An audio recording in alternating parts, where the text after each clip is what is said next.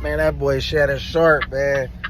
Hey, y'all, what y'all feel about that, man? He just got hacked. Supposedly he saying he got hacked. Cuz was grinding with this. Hey,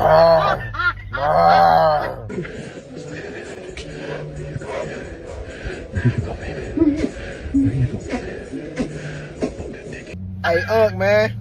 You alright, man? Who the hell is Michelle? Want to make sure your shit ain't messed up though, man.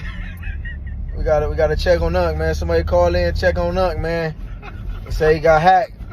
Hey, Unc, man. God dang. Nah, Shannon, come on, big dog. Embarrassed for a number of reasons.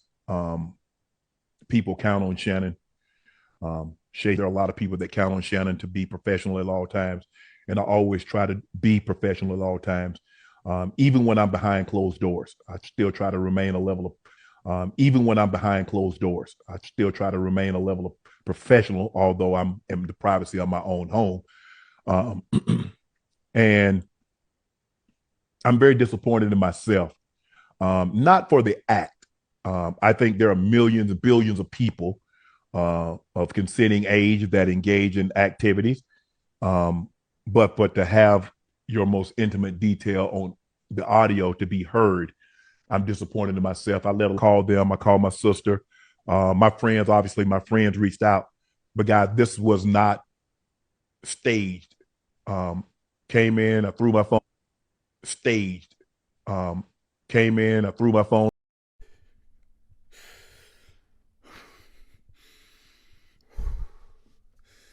Ladies and gentlemen, your Uncle Shay here, and I want to clear up any rumors that may be circulating about me. Now, first and foremost, I got to address the bull job that went down on my IG Live earlier today. You see, I want to remind you folks that it's 2024. This is the era of clickbait, the era of fake news, the era of AI. And I'm not talking Allen Iverson, artificial intelligence. You see, anybody can hack somebody's account and fabricate a situation to make it seem like they doing something that they shouldn't be. You see, I'm gonna tell you what my grandma told me. My grandma told me, Shannon, when you on your way to the top, they'll try to seduce you with some bottom. And I think that's what one of my haters tried to do today. They hacked my account, computer generated a whole scenario to make it seem like I'm the freakiest uncle since Luke from the 2 Live Crew. So I want to let you know, to all my business partners, Ocho, ESPN, Disney, I want to let you know that I greatly apologize for the inconvenience, but I also want to let it be known that even though the young lady in the video said, "It's yours, Shannon," she was not talking about me. Because if she was talking about your Uncle Shay, I'd have got a noise complaint. I'd have had her stretched out like 2:45, shouting louder than the pastor on Sunday evening. Ladies and gentlemen, this is officially my last Club Shay Shay after this air. It's gonna be in a dimension that's never. When Cat dropped, Right. It's like all of a sudden he gay now. That nigga called me trying to do an interview. I said, no, Medea, I ain't doing no interview. So you can sit across from me and look at my balls. I'll sit down, nigga. Oprah coming next. Once I establish this as a place of truth. You don't do sit downs, you see what I'm saying? Kim, I've been trying to line Cat up for a year. I tried to line him up for a year. People don't know this, but Cat doesn't like to fly. I'm getting off the elevator.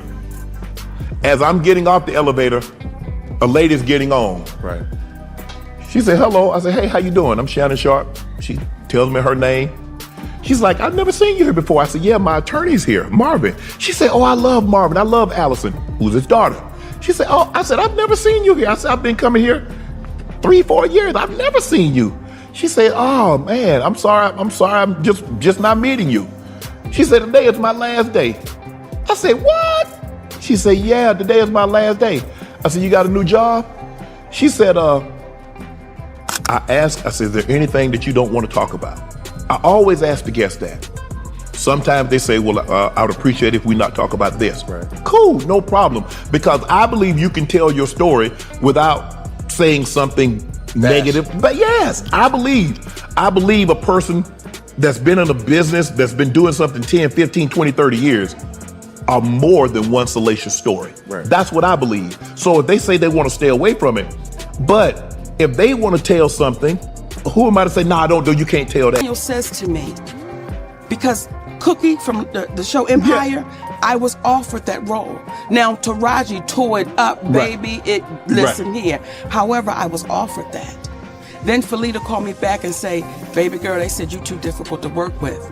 But you hear on the audio that a man told David Talbot I was difficult to work with. Do you see how that cost my family? Yes. And with no accountability? People heard about it. But when Cat came on and did what he did, now you had no choice. Advertisers, sponsors had to take Club Shay Shay serious. Right. People that did he just this, he talked with a lisp. With that job that talked with a lisp has the #1 podcast on YouTube. Not sports podcast, Cam. Cam, I didn't know it was gonna cause this kind of ripple. So I started to see, I said, okay, if he has a following or she has a following, they come on my podcast, now that's a different set of eyes. Yeah. And I was like, that's it.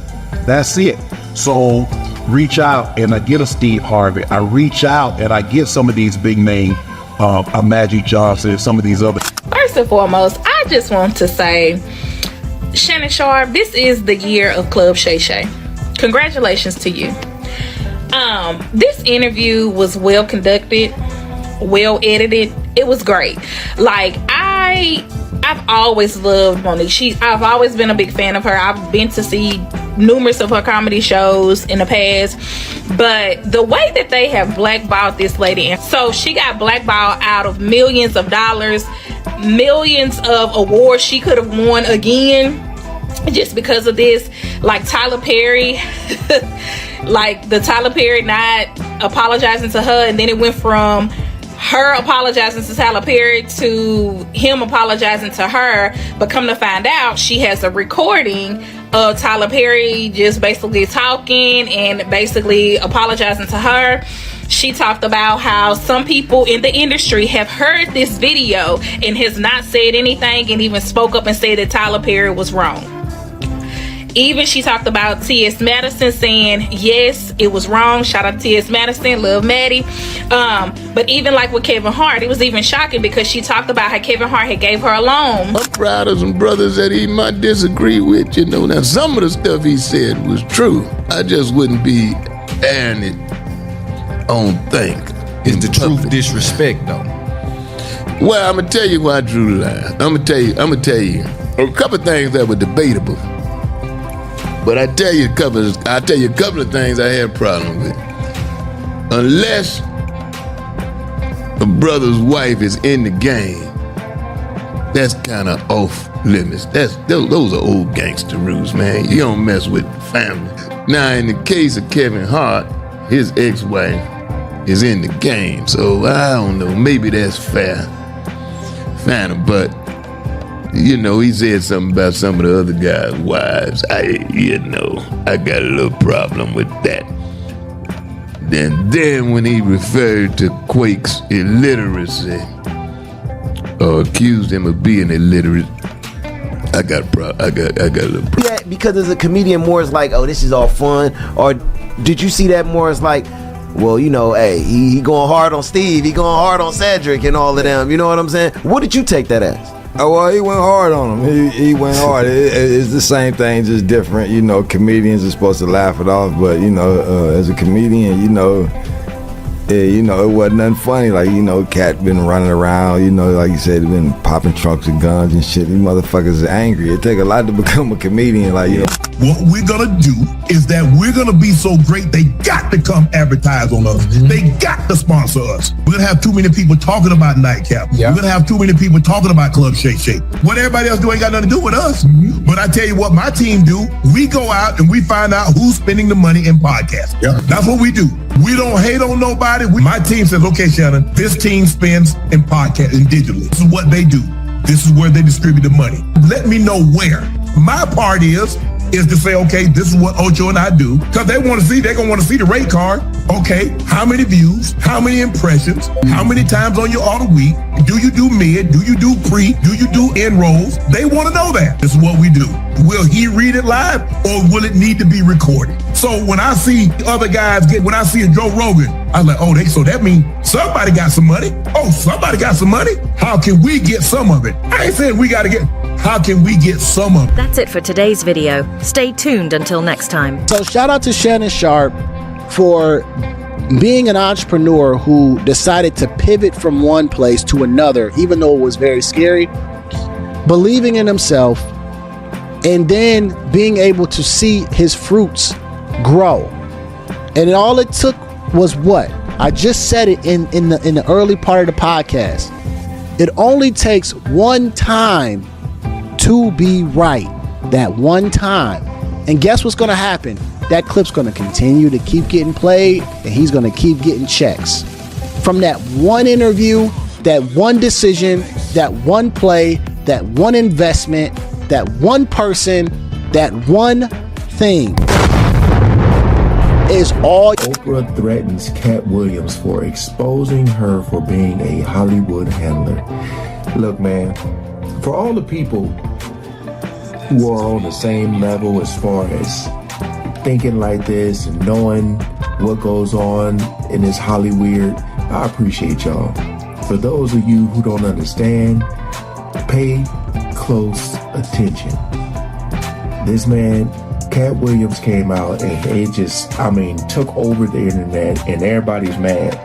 Everybody's mad because when the truth comes out, if I just do athletes, what's going to set me apart? It's just going to be an athlete interviewing athletes. So I pivoted. I said, what if I do celebs? What if I do entertainers? What if I do rappers? What if I do influencers? And I started thinking, McDonald's didn't become McDonald's by just selling hamburgers.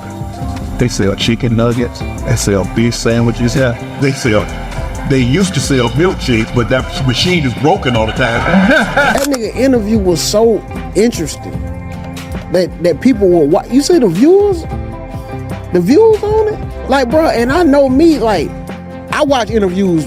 Like, I could get on YouTube and watch interviews. Yeah. You know what I'm saying? Because I do that. Like, if it's stuff like that. But that interview, bro, I don't went back 2 or 3 times because it parts, but he got some funny shit in there, like you watching a special. Yeah. You dig what I'm saying? Yeah, 50 million views. 50 million views. Now, the interesting part in that is that Cat Williams don't get a back,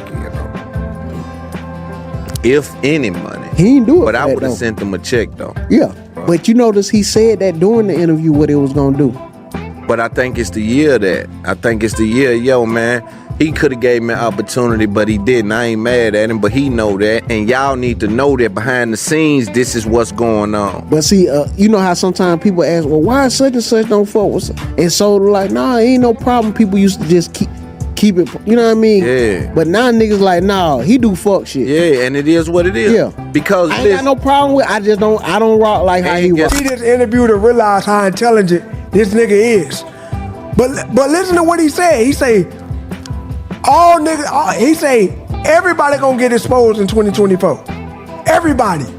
Remind y'all, nobody responded. Nobody has yet to show no receipts of nothing that Cat Williams said. They'll just say something out the way and try to act like they don't know what's going on. Ludacris made a song. That's not responding, Ludacris. I know a lot of stuff I shouldn't know. And he said, they know, I know it. And once again, nobody really responded to this nigga. Nobody. Bro, I'ma just say this, bro.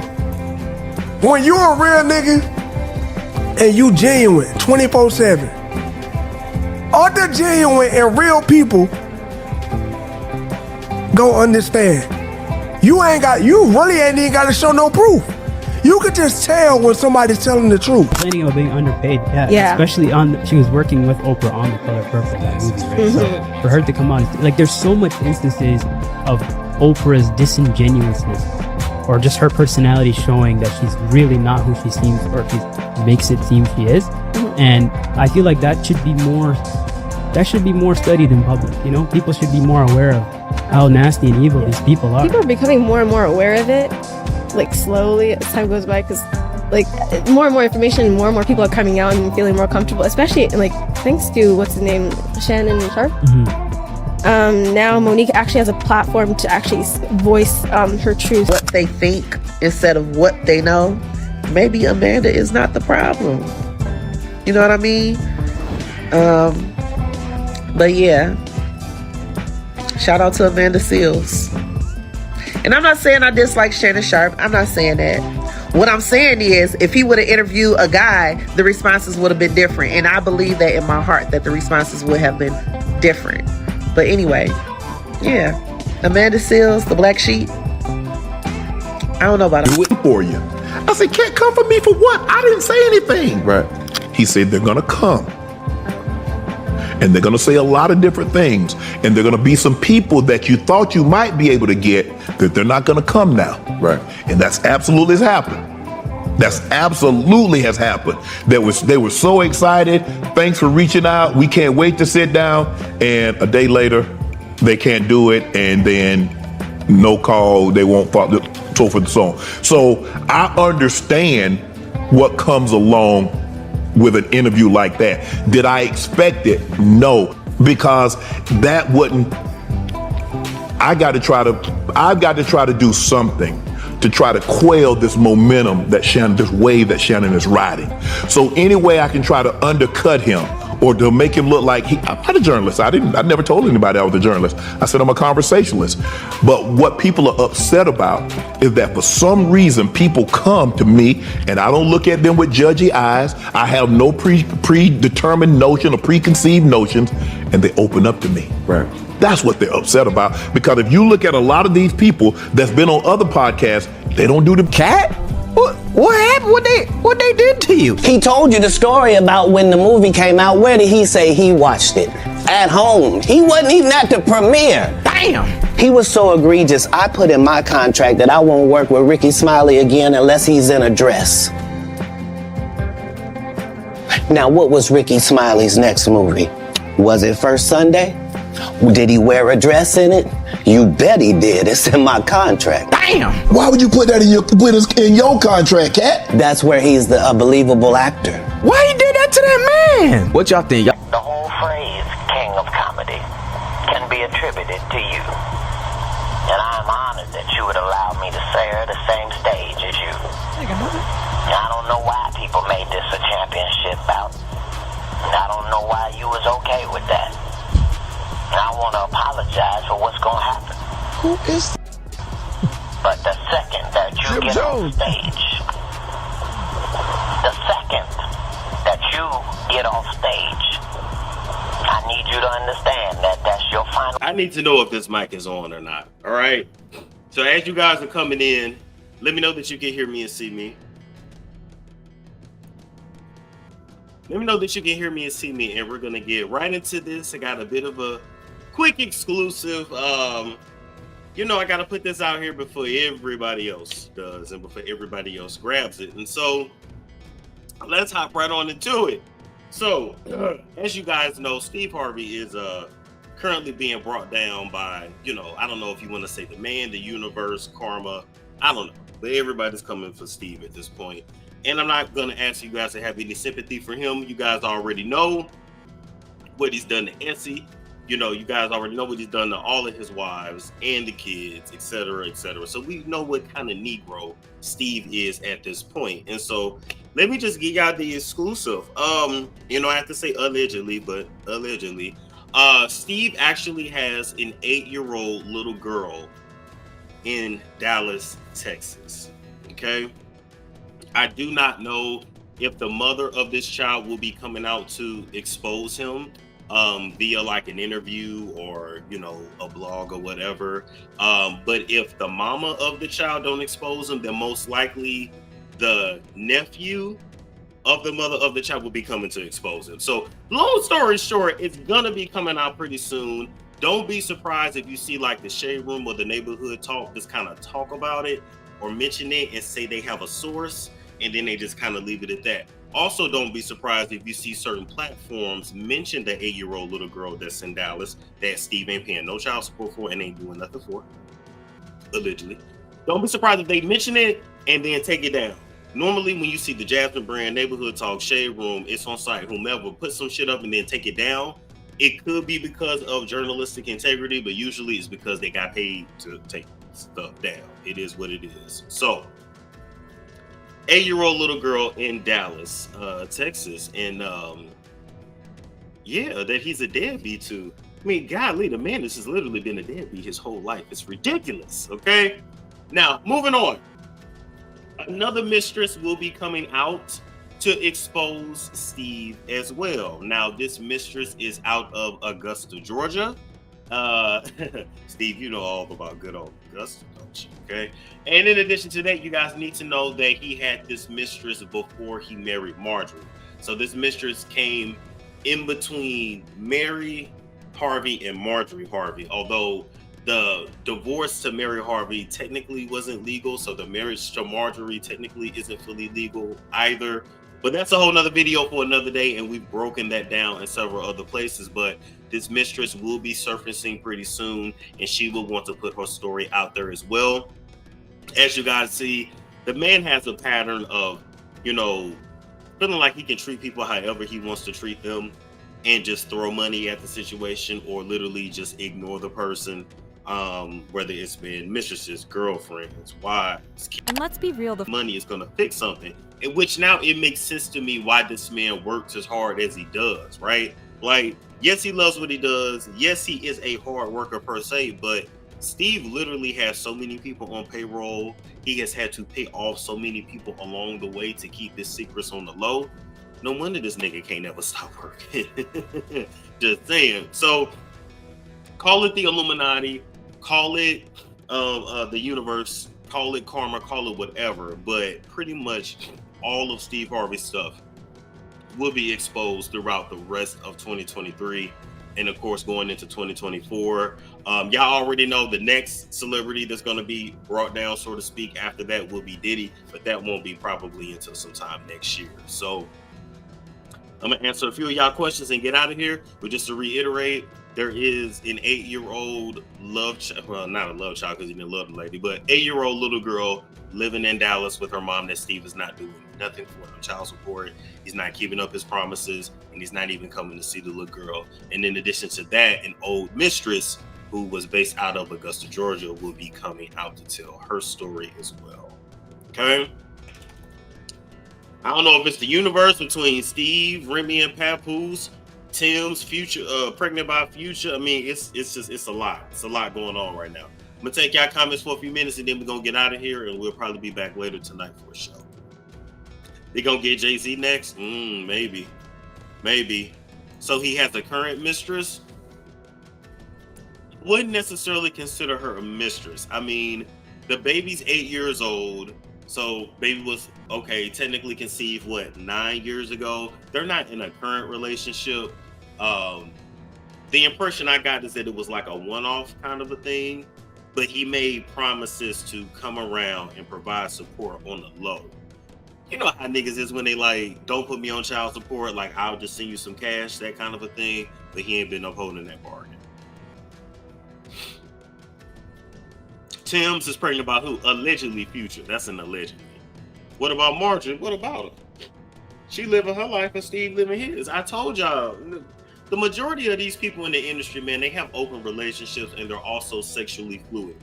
The women sleep with women and men, and the men sleep with women and men, and you know everybody knows about it. So it ain't 100%, but in Hollywood it's about 90, to be honest. Even not knowing. They did their job.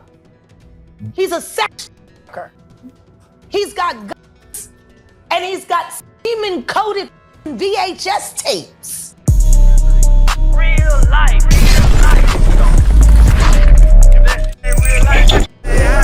It ain't real life. Just ain't real.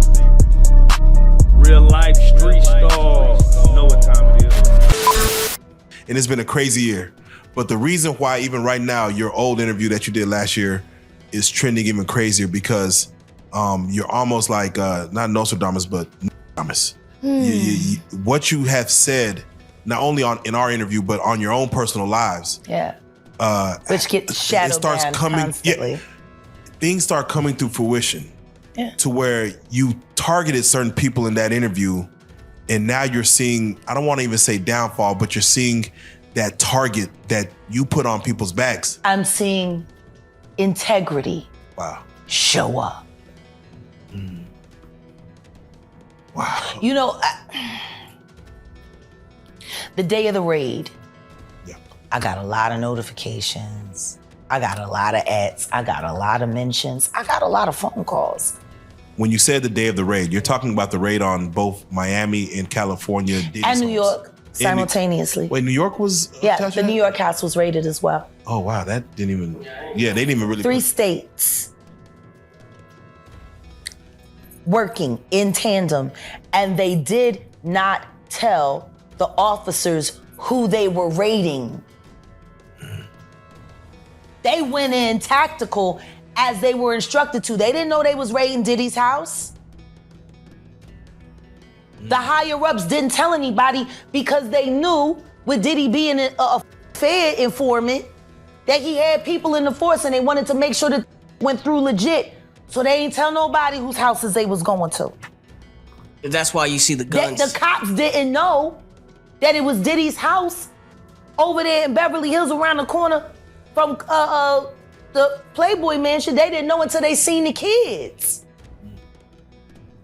Speaking of the raid, right? Did you see that viral video of Diddy? He was seen in Miami with Stevie J after the raid. You seen that video? Yeah, I seen it. What you think about that? Well, I go way back when Stevie J first came to Bad Boy after they left Uptown Records and everything like that. And Stevie J and Puff fell out real bad over, it could have been producer credits and the whole 9 yards. But Stevie J didn't F with him until Love and Hip Hop. When Stevie J went to Love and Hip Hop and he became famous from that, Puff called him over there and they had a meeting. And I guess they rekindled their friendship. Because I used to bodyguard Stevie J. And, go to different clubs. I got pictures and everything. Stevie J didn't mess with Puff, until after that Love and Hip Hop thing went down. So now they back cool. What got me about the stuff like that them being back cool, that Stevie J went on TMZ and was speaking up on behalf of Diddy. Now, if anybody I want speaking up behalf of me, or I had anybody speaking up on my behalf, it wouldn't be Stevie J.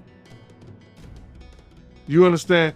I don't think that an individual of his caliber is capable or can be trusted in a way that I would like for him based on his actions on television and who he is as a person, what he has been shown as an individual is a type of individual that I would have speaking on my behalf. Come on, we know he's a drug abuser.